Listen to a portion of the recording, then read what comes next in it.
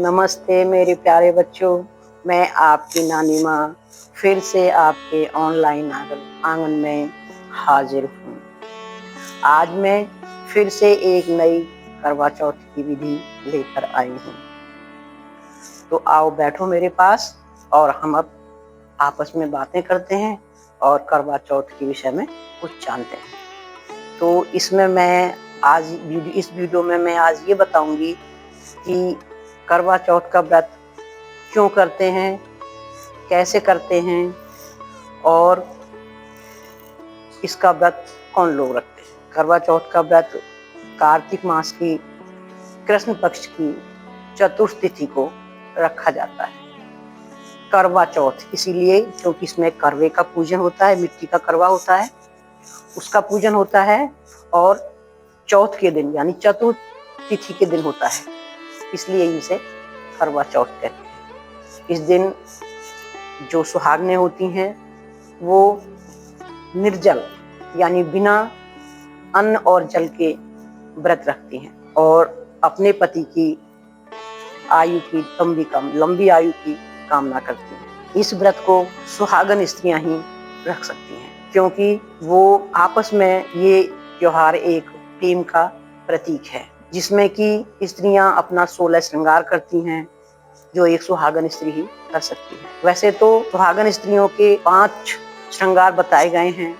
पहला है बिछुआ, दूसरा पायल, तीसरा चूड़ी, उसके बाद में मेहंदी, मंगलसूत्र, बिंदी और सिंदूर। ये तो हर सुहागन स्त्री को हर समय मतलब धारण करने चाहिए और करवा चौथ के दिन उसको पूरे 16 श्रृंगार करने चाहिए। इससे पति और पत्नी का प्रेम आपस में बढ़ता है और पत्नी जो है व्रत रख करके अपने पति की लंबी आयु की कामना करती है। तो मैं अपनी बेटियों से और बहुओं से ये बात कहना चाहती हूँ कि यदि आप सिंदूर हमेशा अपनी मांग में डालते हो तो ये आपस में एक प्रेम को दर्शाता है, आपस में एक प्रेम को बढ़ाता है। इसके विषय में मैं आपको एक कहानी सुना रही हूँ कि जब सीता जी अपना श्रृंगार कर रही थी तो उन्होंने सिंदूर लेकर के अपनी मांग में लगाया था। अचानक वहां से हनुमान जी गुजर रहे थे और उन्होंने देखा कि माँ सीता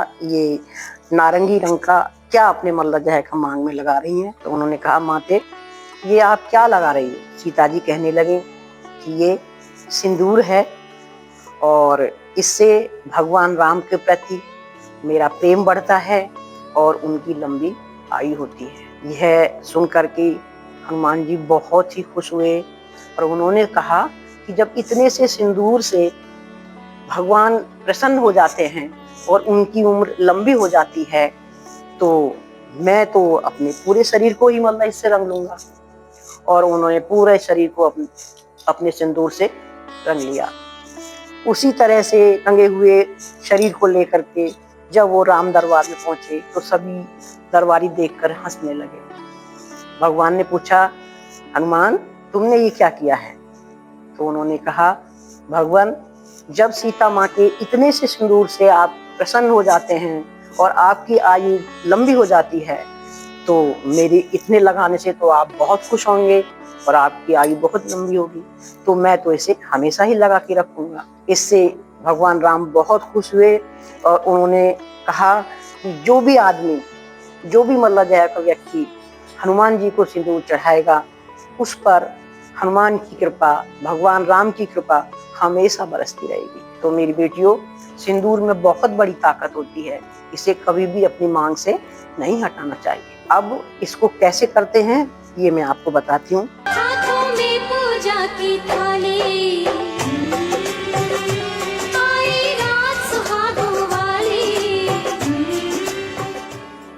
तो बच्चों, हमें सबसे पहले पूजा करने से पहले ये देखना चाहिए, अपनी दिशा का ज्ञान होना चाहिए कि हमें किस दिशा में चौकी लगानी है। तो हम चौकी को ऐसे लगाएं कि माता का जो है चेहरा है वो पूरब की तरफ आए, पश्चिम की तरफ आए और हमारा चेहरा पूरब की तरफ हो, यानी माता की जो पीठ हो वो पूरब की तरफ हो और हमारी पीठ पश्चिम की तरफ हो।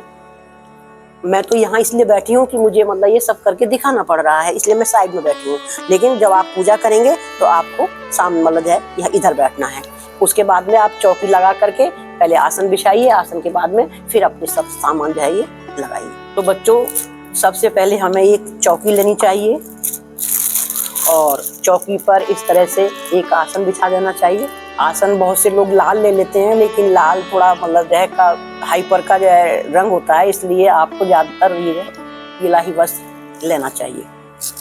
उसके बाद में फिर आपको एक करवा चौथ की मार्केट में तस्वीर मिलती है, एक कैलेंडर मिलता है, उसे लीजिए आप और उसको लगा लीजिए।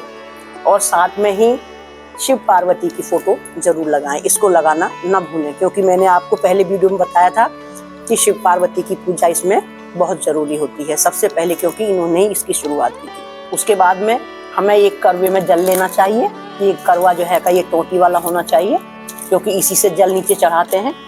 और एक नीचे मतलब ये इस तरह से चावलों का हमें अष्टदल बना लेना चाहिए, अष्टकमल बोलते हैं इसको, और इस पे हमें करवे को रख लेना चाहिए। और इस करवे में अगर आपका ये तो कढ़ा हुआ है और अगर आपका कोरा है तो इसमें इस तरह से मतलब जो है 13 टिकली लगा लेनी चाहिए और एक स्वास्तिक का निशान बना लेना चाहिए।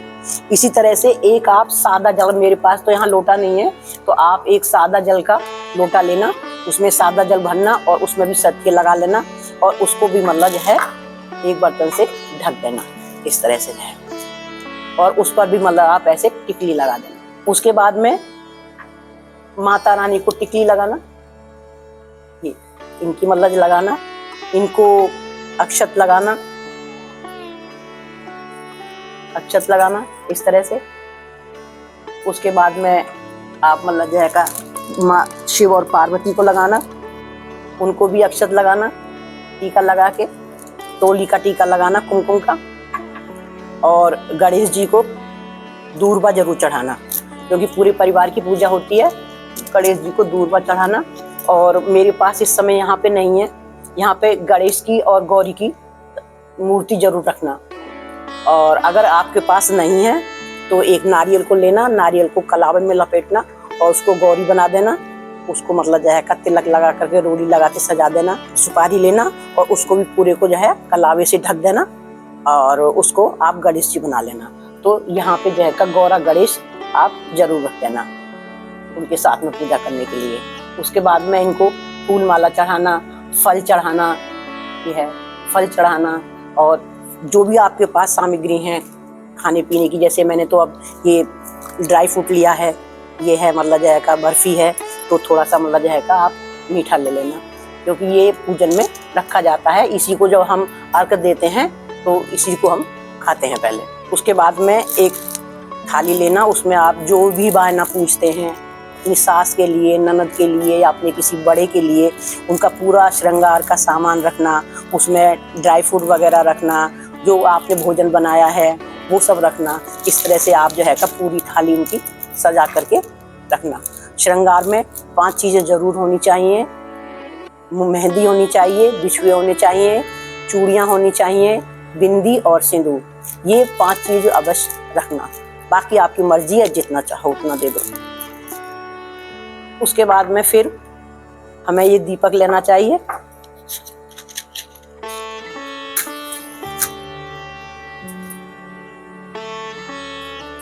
इस दीपक को जला करके हमें इन चावलों के ऊपर रख देना चाहिए और यहीं पे हमें इनका भोग रख देना चाहिए। एक भोग जो है हमें ये गौरा माँ और ये जो है गणेश हैं इनके पास रख देना चाहिए इस तरह से। उसके बाद में हमें पूरे श्रृंगार के साथ में पूजा करने के लिए बैठना चाहिए, ऐसे नहीं। आप वस्त्र कुछ भी पहनो, लाल साड़ी पहनो, रंग बिरंगी पहनो, लेकिन एक बात का ध्यान रखो, सफेद या काले रंग की साड़ी नहीं होनी चाहिए। इस रंग का कोई भी वस्त्र ना होना चाहिए, लहंगा हो, सलवार हो, कुर्ता, काला सफेद नहीं होना चाहिए।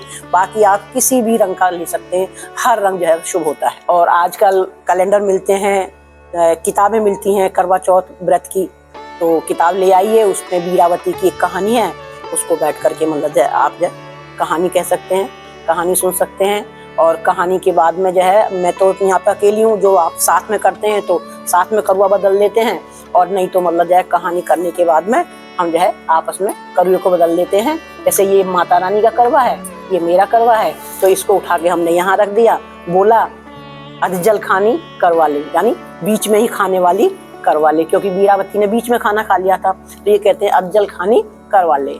और फिर दूसरी मतलब जो है का लेडीज कहती है कि ला सुहागन करवा दे, इस करवे को इधर चेंज कर देते हैं। इस तरह से मतलब हम इसको 7 बार, ये 7 मतलब जो है का इसकी भाभियां थी, तो 7 बार इधर से उधर जो है हम इसको चेंज कर देते हैं। और करवा चेंज करने के बाद में जो ये जल होता है, इसको हम दिन है तो सूर्य को दे देते हैं, और अगर शाम हो गई है तो पेड़ पौधों में मतलब इसको डाल देते हैं, और दीपक को हम यूं ही जलने देते हैं। और जो ये जो सामग्री होती है, इसको इस तरह से पूज करके, जिसके लिए भी हमने पूजी है उनको बड़े आदर के साथ देते हैं, पैर छू करके उनका आशीर्वाद लेते हैं। और जो इसका जो भोजन होता है, उसे जब हम शाम को अर्घ देंगे तो चंद्रमा को, उसके बाद में वो खाना जो है उनको दे दिया जाता है। इस तरह से हमारी मतलब जो है ये पूजा की विधि पूर्ण रूप से मैंने आपको बताई है, संपन्न हो जाती है। बहुत सादा सी है, इसमें कोई ज़्यादा परेशानी वाली कोई ऐसी वैसी बात नहीं है कि भाई बहुत हमें अगम झड़म करना पड़ रहा है, तो इस तरह से आप कर सकते हैं। और अब मैं ये बताने जा रही हूँ कि हमें जब चंद्रमा निकल आता है रात को, तो चंद्रमा को चंद अर्घ कैसे देना चाहिए। हमें ये अपनी पूजा की थाली उठा लेनी चाहिए, इसमें जो हमने पूजा की थी करवे को ये रखना चाहिए, ये हमें रोली रखनी चाहिए, ये थोड़े से फूल रखने चाहिए, ये अक्षत रखने चाहिए, और ये चलनी जो है लोहे की होनी चाहिए, प्लास्टिक नहीं, क्योंकि प्लास्टिक की चलनी में दीपक रखने से वो जल सकती है, इसलिए हमें स्टील की चलनी लेनी चाहिए। और ये जल का लोटा, जिसे कि मतलब हमारे पति हमको पिलाएंगे, हमारा व्रत मतलब तोड़ेंगे। और उसके बाद में ये दीपक और ये थोड़ा सा मतलब जो है का ये मिष्टान, इससे हम अपना व्रत तोड़ेंगे। तो हमें ये इसमें से पहले ये सीख निकाल लेनी चाहिए। उसके बाद में हमें जमीन पर थोड़ा सा पानी डालना चाहिए, यानी जमीन धुल देनी चाहिए। सबसे पहले हमें अपनी चंद्रमा की पूजा करनी चाहिए। उसके बाद में हमें थोड़े से रोली लगानी चाहिए, फिर कुछ अक्षत मतलब डालने चाहिए, उसके बाद में कुछ पुष्प डालने चाहिए। और जो ये हमने पूजा की मिठाई रखी थी करवा की जो है का, वो उसको हमें यहाँ पे रख देना चाहिए। फिर हमें ये जो दीपक है इसको जला करके यहाँ रख देना चाहिए। और चलनी से फिर हमें सबसे पहले चंद्रमा को देखना चाहिए, ऐसे करके। उसके बाद में हमें ये जल लेना चाहिए, और जल को हमें बहुत आहिस्ते आहिस्ते आराम से ऐसे धार बांध करके डालना चाहिए, इसकी धार नहीं टूटनी चाहिए। और जो हमने अक्षत पूजा करते समय लिए थे, अपने पल्ले में बांधे थे, उसको भी हमें इस जल में डाल देना चाहिए। उसके बाद में जल चढ़ाने के बाद में हमें चंद्रमा की 3 परिक्रमा देनी चाहिए।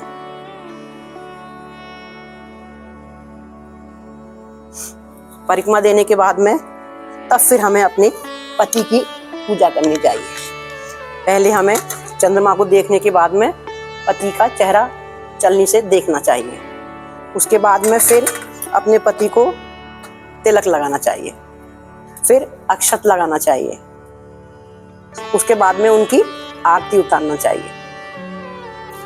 आरती उतारने के बाद में उनसे पैर छू करके आशीर्वाद लेना चाहिए, और अखंड सौभाग्यवती होने का उनसे वरदान लेना चाहिए। उसके बाद में फिर आपके पति ये मिष्टान आपको खिलाएंगे और ये जल पिलाएंगे, और आपका व्रत जो है ये संपूर्ण हो जाएगा। हाँ, एक बात मैं भूल गई कि जब हम चंद्रमा की पूजा कर रहे थे, तो हमें जल चढ़ाते समय ओम सोम सोमाय नमः, ओम सोम सोमाय नमः, ओम सोम सोमाय नमः, ओम सोम सोमाय नमः बोलते रहना चाहिए। बहुत सी बहनें हैं वो एक कविता सी बोलती हैं, लेकिन मैं जैसे करती हूँ, मैंने आपको ये बताया कि मैं चंद्रमा का ही मंत्र पढ़ती हूँ। तो आपको ये मेरा मतलब यह वीडियो कैसा लगा बताना। अच्छा लगा हो तो शेयर करना, सब्सक्राइब करना और क्लिक द बेल बटन दबाना। अब मिलते हैं आगे अगले वीडियो में। जय श्री राम।